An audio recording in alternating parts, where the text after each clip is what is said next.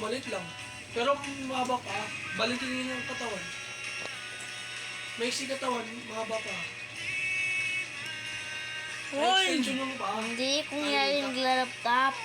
Alam mo yun, yung sabi mo sa akin, magaling ka pumili isa. Ganda pa nang nakuha mo. Hindi kasi gusto ko yung tsura niyan ka ako, di ba? Ang kasi sabi ko, hindi ko marunong tumingin ng manok ko. Hindi nawala yung usang ko, no? Ay, hindi namatay. Bitaw tayo, namatay na sakal. Oh, meron pa yung isa. Yun ang magaganda mag-anak is, no?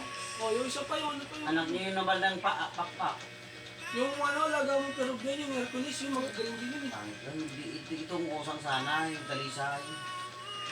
Kung di nawala yun, daming anak nila ngayon. Ano ka? Nag-chat ko niya yung binigay mo sa lolo eh. Nagbitaw tayo, eh. Hala mo yan.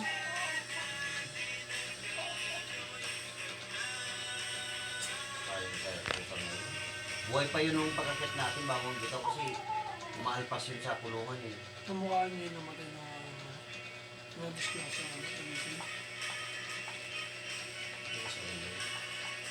Oh, ngayon yun, siya pa rin. Pag gumagabit yun, Pero mo pa na ng mga kapatid na nito. Isa na nangatagin na sabong eh.